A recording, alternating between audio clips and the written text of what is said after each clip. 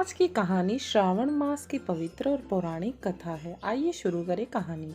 प्राचीन काल में एक धनी व्यक्ति था जिसके पास सभी प्रकार की धन दौलत और शोहरत थी। लेकिन दुर्भाग्य यह था कि उस व्यक्ति की कोई संतान न थी। इस बात का दुख उसे हमेशा सताता था। लेकिन वह और उसकी पत्नी दोनों शिव भक्त थे। दोनों ने ही भगवान शिव की आराधना में सोमवार को व्रत रखने लगे। उनकी सच्ची भक्ति को देखकर माँ पार्वती ने शिव भगवान से उन दोनों दंपति की सूनी गोद को भरने का आग्रह किया। परिणाम स्वरूप शिव के आशीर्वाद से उनके घर में पुत्र ने जन्म लिया।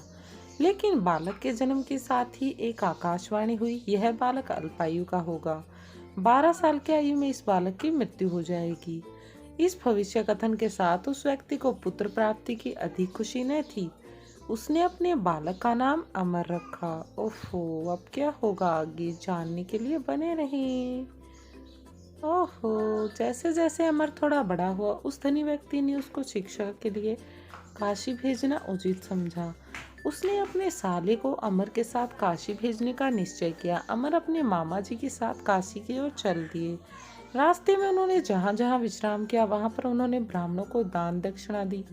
चलते चलते वे एक नगर में पहुंच गए जहां पर एक राजकुमारी के विवाह का समारोह हो रहा था। समारोह में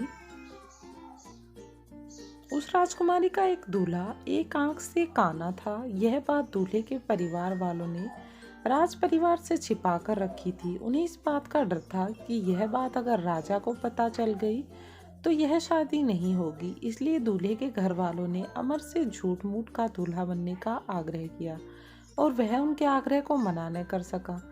इस प्रकार उस राजकुमारी के साथ अमर की शादी हो गई।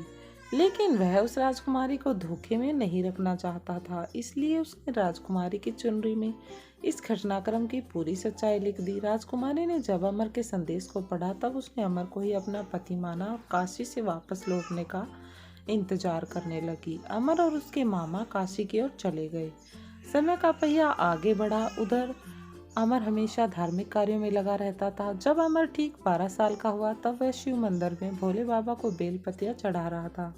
उसी समय वहां यमराज उसके प्राण लेने पधार गए। लेकिन इससे पहले भगवान शिव ने अमर की भक्ति से प्रसन्न होकर उसे दीर्घायु का वरदान दे दिया। परिणाम स्वरूप यमराज को खाली हाथ लौटना पड़ा।